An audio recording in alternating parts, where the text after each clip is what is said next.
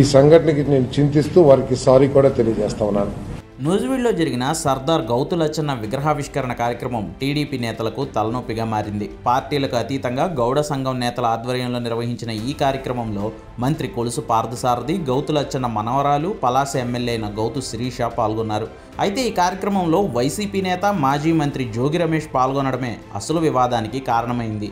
YCP అధికారంలో ఉన్నప్పుడు TDP అధినేత చంద్రబాబును, లోకేష్ను దారుణాతి దారుణంగా తిట్టిన జోగి రమేష్ కూటమి నేతలు నిర్వహించే కార్యక్రమానికి ఎలా వస్తారని, ఒకవేళ వచ్చినా గౌతు శిరీష, కొలుసు పార్థసారథి ఆయనతో కలిసి ఎలా ర్యాలీ నిర్వహిస్తారంటూ టీడీపీ కార్యకర్తలు సోషల్ మీడియాలో ప్రశ్నలను హోరెత్తించారు. పైగా ప్రోగ్రాంలో పాల్గొన్న జోగి రమేష్ గౌతు లచ్చన్ను గుర్తించింది వైఎస్ రాజశేఖర్ రెడ్డేనంటూ వైసీపీ భజన చేసుకోవడం టీడీపీ కార్యకర్తలకు మరింత చిర్రెత్తించింది.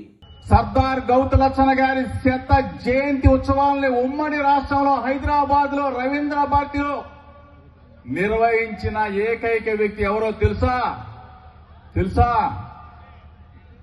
స్వర్గీయ డాక్టర్ వైఎస్ రాజశేఖర రెడ్డి గారు అని చెప్పేసి మనం గుర్తుపెట్టుకోవాలి. లచ్చన్న గారిని గుర్తుపెట్టుకొని లచ్చన్న గారు ఏ పార్టీలో ఉన్నాడని చూడలా, లచ్చన్న గారు జాతీయ నాయకుడని గుర్తించిన ఏకైక ముఖ్యమంత్రి ఆనాటి ముఖ్యమంత్రి వైఎస్ రాజశేఖర రెడ్డి గారు అని చెప్పేసి మనం చెప్పుకోవాలి. టీడీపీ నేతల మీటింగ్లో జోగి రమేష్ చేసిన ఈ హడావిడిపై లోకేష్ కూడా ఆగ్రహం వ్యక్తం చేశారనే సమాచారం బయటికి రావడంతో శిరీష, కొలుసు పార్థసారథి దిద్దుబాటు చర్యలకు దిగారు. అసలు ఈ మీటింగ్ నిర్వాహకులు ఎవరో కూడా తనకు తెలియదని, తాతగారి విగ్రహావిష్కరణ ఉందంటే వెళ్ళానని, అక్కడికి వెళ్ళిన తర్వాత జోగి రమేష్ వస్తే స్టేజ్ మీద కూర్చుంటానంటే తనేం చేయలేకపోయానని అన్నారు శిరీష. ఇది తెలిసి జరిగిన పొరపాటు కాదు, తెలియక జరిగిన పొరపాటు అయినప్పటికీ కూడా ఈరోజు ఉదయం నుంచి సోషల్ మీడియాలో దీని మీద విపరీతంగా స్పందిస్తున్న వాళ్ళకి మీ సోషల్ మీడియా, మీ సోదరి గౌతు శిరీషగా విన్నపం. తెలుగుదేశం సోషల్ మీడియా అంటే చాలా అభిమానం ఉన్న అమ్మాయిని. సోషల్ మీడియాలో మీ అందరూ నాతో పంచుకుంటున్న ప్రతి అభిప్రాయాన్ని అధిష్టానం దృష్టికి తీసుకెళ్లే మీ గౌతు శిరీషని. అలాంటిది తెలిసి తప్పు చేస్తానని ఎలా అనుకుంటారండి? 6 నెలలుగా పలాస నియోజకవర్గంలో గతంలో చంద్రబాబు నాయుడు గారిని, పార్టీని దూషించిన వాళ్ళు ఈరోజు మన అధికారంలో ఉన్నామని, ఎన్నికల్లో గెలిచిన మరుసటి రోజు నుంచి పార్టీలోకి వస్తామని క్యూలు కట్టినా కనీసం పార్టీ ఆఫీస్ లోపలికి కూడా నేను తీసుకురావట్లా. శిరీషమ్మ మీద నమ్మకంతో, గౌరవంతో 41,000 మెజారిటీ ఇచ్చిన తెలుగుదేశం, జనసేన, బీజేపీ కార్యకర్తలతోనే నా ప్రయాణం. అంతేగాని ఈరోజు గెలిచామని మన పార్టీలోకి వస్తున్న ఏ ఒక్కరిని తీసుకోనని తెగేసి చెప్పాను. ఆ మాట మీద నిల్చున్నాను. అది నా కమిట్మెంట్ పార్టీ పట్ల.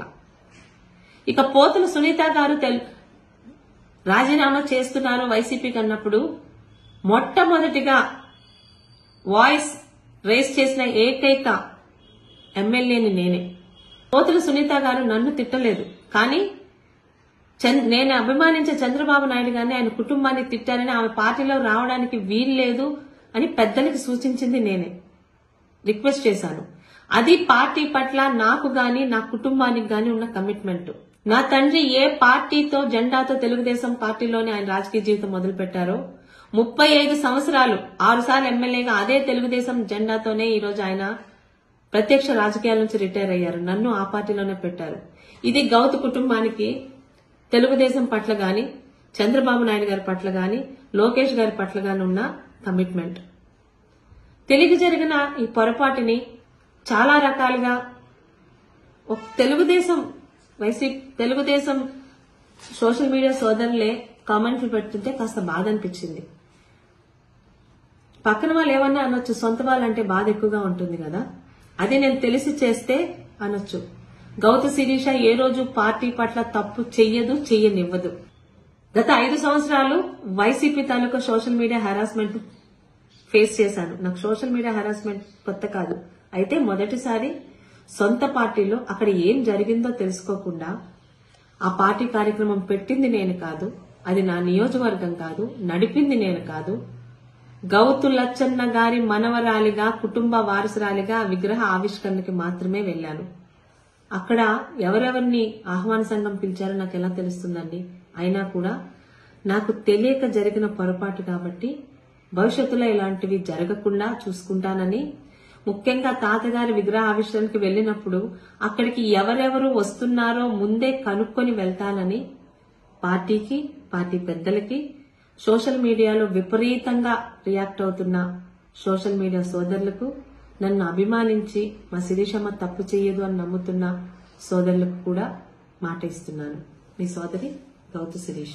మంత్రి కొలుసు పార్థసారథి కూడా ఇదే విషయం చెప్పారు. వైసీపీ నుంచి టీడీపీ, జనసేనలోకి చేరాలని చాలామంది ప్రయత్నిస్తున్నారని, అలాంటి ఉద్దేశంతోనే జోగి రమేష్ కూడా గౌతు లచ్చన్న విగ్రహావిష్కరణ కార్యక్రమానికి వచ్చి ఉంటారని మంత్రి తెలిపారు. జోగి రమేష్ను కూటమి తరపున తాము ఆహ్వానించలేదని క్లారిటీ ఇచ్చిన పార్థసారథి, తెలియకుండా జరిగిన పొరపాటుగా భావించి టీడీపీ, కూటమి కార్యకర్తలు తమను క్షమించాలంటూ మంత్రి పార్థసారథి సారీ చెప్పారు. తెలుగుదేశం పార్టీ తరపు నుంచి ఆయన ఆహ్వానించడం కానీ కూటమి పార్టీలు ఎవరు కూడా ఆయన్ని ఆహ్వానించలేదు. ఇది అనుకోకుండా జరిగిన సంఘటన అని చెప్పేసి నేను మనవి చేస్తా ఉన్నా. నన్ను మన ప్రీతమ నాయకులు గౌరవ ముఖ్యమంత్రి చంద్రబాబు నాయుడు గారు, లోకేష్ బాబు గారు నన్ను గౌరవించి ఆశీర్వదించి నాకు ఈ స్థానాన్ని కల్పించిన ధర్మిలా ఏ రోజు కూడా పార్టీకి నష్టం జరిగే కార్యక్రమాలు చేయనని చెప్పేసి కూడా ఈ సందర్భంగా తెలియజేస్తా ఉన్నాను. ఎల్లవేళలా తెలుగుదేశం పార్టీ బలోపేతానికి, చంద్రబాబు నాయుడు గారు, లోకేష్ బాబు గారి నాయకత్వాన్ని బలపరచడానికే నేను అదేవిధంగా కార్యకర్తలకి అండగా ఉంటూ పనిచేస్తానని చెప్పేసి సందర్భంగా తెలియజేస్తూ, బహుశా మనం చూస్తా ఉన్నాం జగన్మోహన్ రెడ్డి గారి నాయకత్వం మీద నమ్మకం కోల్పోయి అనేక మంది జనసేన పార్టీలో, తెలుగుదేశం పార్టీలో చేరుతున్న విషయం చూస్తా ఉన్నాం. ఆ విధంగా ఏమన్నా ప్రయత్నాలు కానీ తాపత్రయం కానీ చేసేదేమో నాకు తెలియదు. నేను మాత్రం అది అనుకోకుండా జరిగిన సంఘటన అని చెప్పేసి మనవి చేస్తూ, తెలుగుదేశం పార్టీ కార్యకర్తలు ఎవరైతే నన్ను అభిమానించి హక్కును చేర్చుకున్నారో, నా విజయానికి కృషి చేశారో, వారి మనోభావాలు దెబ్బతిన్నట్లయితే ఈ సంఘటనకి నేను చింతిస్తూ వారికి సారీ కూడా తెలియజేస్తా ఉన్నాను.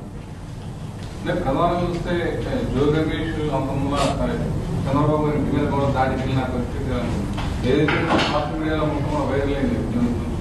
దాన్ని ఒక పార్టీ కేడర్ గారు జీర్ణించుకోలేని పరిస్థితి కూడా ఉంది. అది అనుకోకుండా జరిగిన సంఘటన. అతను అక్కడికి వస్తాడని ఊహించలేదు. మొత్తంగా గౌతు లచ్చన్న విగ్రహావిష్కరణ కార్యక్రమం చుట్టూ జరిగిన ఈ రచ్చ కూటమి కప్పులో జోగి తుఫానుగా మిగిలి టీడీపీ కరుడు కట్టిన కార్యకర్తగా పేరు తెచ్చున్న గౌతు శిరీషకు, వైసీపీ నుంచి వచ్చిన కూటమి ప్రభుత్వంలో మంత్రి స్థాయిలో ఉన్న కొలుసు పార్థసారథికి తలనొప్పి అయితే తెచ్చిపెట్టింది.